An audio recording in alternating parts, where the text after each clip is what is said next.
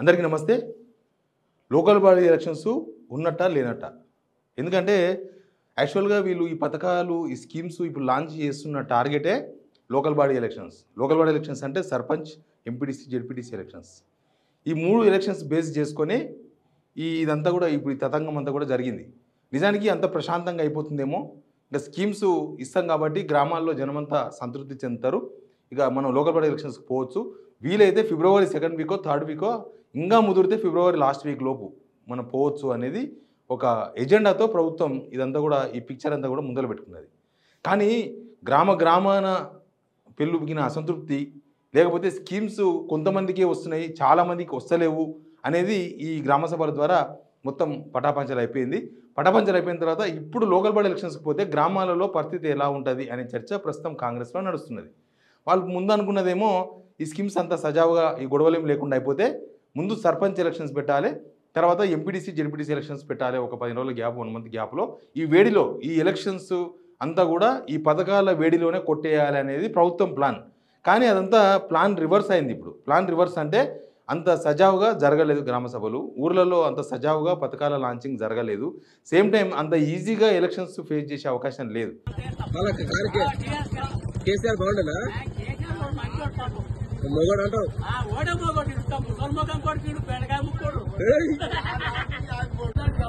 రైతు బంధు ఎన్నిసార్లు వచ్చినాయి? ఇవి వచ్చినాక 5 సార్లు. నిజం చెప్పే లంచ్ ఉందని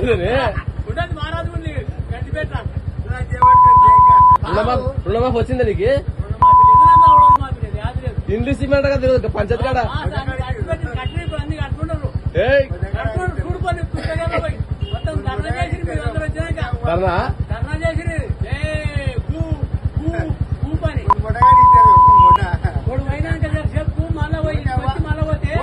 వాళ్ళు ఫస్ట్ అనుకున్నట్టు ముందు సర్పంచ్ ఎలక్షన్స్ పోవాలనుకున్నారు. సర్పంచ్ ఎలక్షన్స్ ఎందుకు పోవాలనుకున్నారంటే అవి పార్టీ వారీగా జరగవు, Congress party, BRS party, BJP party అన్నట్టుగా జరగవు.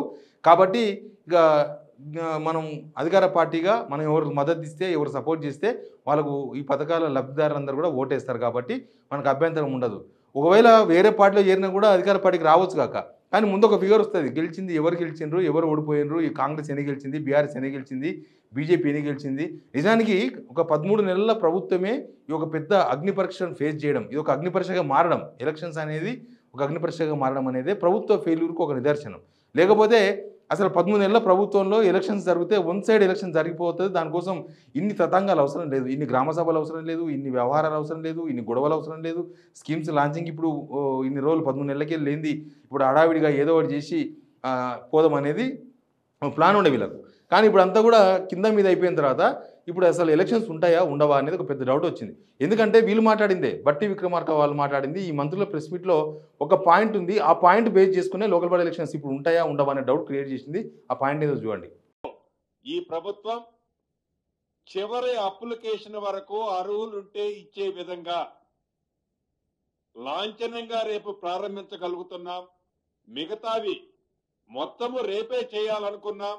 ఈ కొత్త అప్లికేషన్లన్నీ క్రోడీకరించడానికి టైం పడుతున్న కారణంగా ఫిబ్రవరి 1వ వారంలో ఈ షెడ్యూల్ మొత్తం తప్పకుండా రాష్ట్ర ప్రజలందరికీ ఎప్పుడు ఎక్కడ ఎలా చేయబోతున్నామో అనౌన్స్ కూడా ఫిబ్రవరి 1వ వారంలో తెలపడం జరుగుద్ది. అర్హులైన పేదవాళ్ళు ఎవరు కూడా అభద్రతకు లోనవ్వాల్సిన అవసరం లేదు. వీళ్ళు ఇప్పటిదాకా ఉన్న లిస్ట్ అంటే పాత లిస్టే చెప్పకనే చెప్పేసినారు. మొన్న 20వ తారీఖు నాడు రాత్రి ఊర్లోకి ఏదైతే లిస్ట్ వచ్చి పలానా స్కీమ్స్కు ఎవరు అర్హులు అనేది వచ్చిందో గొడవకు కారణం అదే. యాక్చువల్గా ఊర్లలో జనమంతా రోడ్ల మీద కారణం ఏంది? ఆ లిస్టులో చాలామంది పేర్లు లేవు. ఇల్లు ఉన్న వాళ్ళకే ఇల్లు వచ్చింది, లేకపోతే ఉపాధి హామీలో ఎలిజిబిలిటీ ఉన్న వాళ్ళకి కాకుండా వేరే వాళ్ళకి వచ్చినాయి, లేకపోతే మిగతా రేషన్ కార్డు అప్లికేషన్స్ పెట్టుకున్న తర్వాత కూడా మా పేరు రాలేదు. ఆల్రెడీ ఇల్లు ఉన్న వాళ్ళకు, కార్లు ఉన్న వాళ్ళకు, వాళ్ళకు రేషన్ కార్డుల పేర్లు వచ్చినాయి, కానీ అసలైన నిరుపేదలు ఎవరున్నారో వాళ్ళకు రాలేదు అనేదే గొడవ. కాబట్టి ఇప్పుడు ఏంది, మార్చి 30 టైం పెట్టుతున్నారు. మార్చి వరకు మేము కొనసాగిస్తాం అంటే ఇప్పుడు పాత లిస్టు ప్రకారం పాత లిస్టులో ఏవేవైతున్నాయో అవన్నీ కూడా ఇప్పుడు లాంచ్ చేస్తున్నాము. కానీ మిగతా వాళ్ళు ఇప్పుడు ఎవరెవరైతే అప్లై చేస్తున్నారో వాళ్ళందరికీ మేము మార్చి 30 లోపు, మార్చి నెల లోపు మొత్తం క్లియర్ చేస్తాం అనే ఒక కొత్త పాయింట్ను బట్టి విక్రమార్క గారు బయటకు ఓపెన్గా చెప్పేసిండ్రు. మంత్రులు ఓపెన్గా మాట్లాడుతున్నారు అది. కాబట్టి ఇప్పుడు మార్చి వరకు ఎలక్షన్ పెడితే ఏంది పరిస్థితి అనేది వాళ్ళకు ఆల్రెడీ ఒక కన్సర్న్ ఉన్నది వాళ్ళకి. ఇప్పుడు సజావుగా జరిగితే ఎలక్షన్ జరిగిపోయేది. కానీ మార్చి 30 వరకు ఇక వీళ్ళంతా ఊగిసలాడలు ఉన్నట్టుగానే మనం అర్థం చేసుకోవాలి. మార్చి 30 వరకు వీళ్ళు ఇంకా ఇప్పుడు ఇస్తాం, రేపు ఇస్తాం, ఎల్లుండి ఇస్తాం, మీరు మా వాళ్ళని గెలిపిస్తే ఓటేయండి అనే సిచ్యువేషన్ ప్రస్తుతం గ్రామాల్లో లేదు. కాబట్టి మార్చి 30 తర్వాతనే ఎలక్షన్స్ ఉంటాయా? మార్చి 30 తర్వాత అంటే మళ్ళీ ఏప్రిల్లోనో మేలోనో ఉండాలి. ఎందుకంటే మళ్ళీ మనకు ఏప్రిల్ నుంచి ఎలక్షన్స్ ఎగ్జామ్స్ స్టార్ట్ అవుతాయి. ఎస్ఎస్సి ఎగ్జామ్ ఉంటాయి, ఇంటర్మీడియట్ ఎగ్జామ్స్ ఉంటాయి, చాలా ఎగ్జామ్స్ అన్నీ కూడా మనకి ఇయర్ ఎగ్జామ్స్ అన్నీ కూడా మనకు ఫిబ్రవరి ఎండింగ్ నుంచి స్టార్ట్ అవుతాయి. తర్వాత 2-3 నెలలు మొత్తం ఎగ్జామ్సే నడుస్తాయి. కాబట్టి ఎగ్జామ్స్ హడావిడిలో ఎలక్షన్స్ పెట్టాలన్నా వద్దా అనే చర్చ ఉంది. యాక్చువల్గా ఎలక్షన్స్ డెడ్లైన్ పెట్టుకొని పరీక్షలు ఒక డెడ్లైన్గా పెట్టుకొని ఒక మార్క్గా పెట్టుకొని పరీక్షల ముందే ఇదంతా అయిపోగొట్టేసి ఈ అగ్ని పరీక్షను దాటాలి అనేది వీళ్ళ ప్లాన్ ఉండే.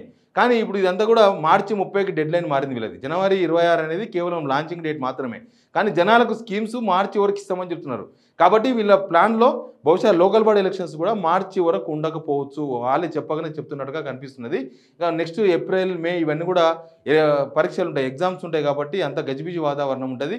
ప్లస్ ఆ టైంలో ఎగ్జామ్స్ ఉన్న టైంలో ఎలక్షన్స్ పెట్టడం కరెక్టా కాదా అనే చర్చ ఒకటి కాంగ్రెస్ గవర్నమెంట్లో ఉన్నది.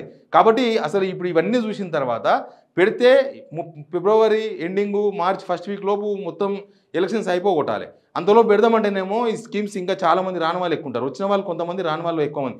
ఊర్లలో ఎట్లుంటుందంటే పక్కింటి ఆయన మటన్ తిన్నాడు అనుకో, ఈ పక్క ఆయనకు వాసన వస్తే చాలు ఆయన మీద కొంచెం కొరకొర ఉంటుంది. ఆ పక్కన మంచిగా మటన్ తెచ్చుకున్నాడు, తిన్నాడు, మాకు వాసన వచ్చింది, మేము తినలేకపోయినాం. ఆ మటన్ ప్రభుత్వం ఇచ్చిన మటన్ అనుకో, వీళ్ళకి ఇంకా మండిపోతుంది. అంటే గవర్నమెంట్కి మేము కనిపిస్తలేమా, పక్క ఆయనకు మాత్రం మటన్ ఇచ్చిండ్రు, మాకు కనీసం ఏం తీయలేదు, చికెన్ కూడా ఇవ్వలేదు, మమ్మల్ని పట్టించుకోవాలి అన్నట్టుగా ఉంటుంది జనాలలో, ఊళ్ళలో.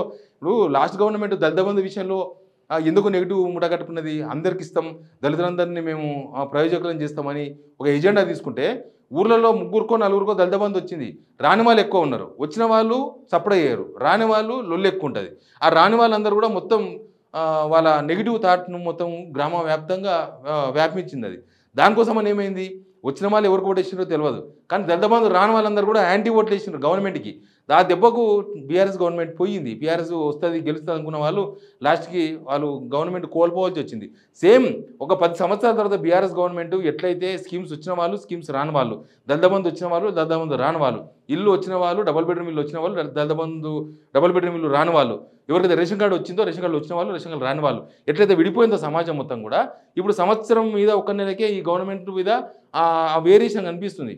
కాబట్టి ఇప్పుడు కనుక ఎలక్షన్ పెట్టుకుంటే ఆ రాని వాళ్ళందరూ కూడా గవర్నమెంట్కి యాంటీ ఓటు వేస్తారు అనే ఒక పొలిటికల్ సినారియో అది. మామూలుగా జనరల్గా జనాలలో ఉండేదైనా, ఊర్లలో ఉండేదైనా ప్రతి మానవునికి, ప్రతి మనిషికి పక్కోనికి ఎప్పుడు బేరీజ్ చేస్తూ ఉంటారు. పక్కోని కూడా రాలేదనుకో, ఆ పక్కోని కూడా రాలేదు, మాకు కూడా రాలేదు, వచ్చినప్పుడు అందరికి వస్తేలే అన్న ఒక ఫీలింగ్ ఉంటుంది. కానీ పక్కనైనాకి వచ్చి మనకు రాకపోతే మాత్రం మనం బతకడమే కష్టం, బతకడమే ఇంకా వృధా అన్నంత సీరియస్గా మన థాట్లు, మన ఆలోచనలు వెళ్ళిపోతాయి.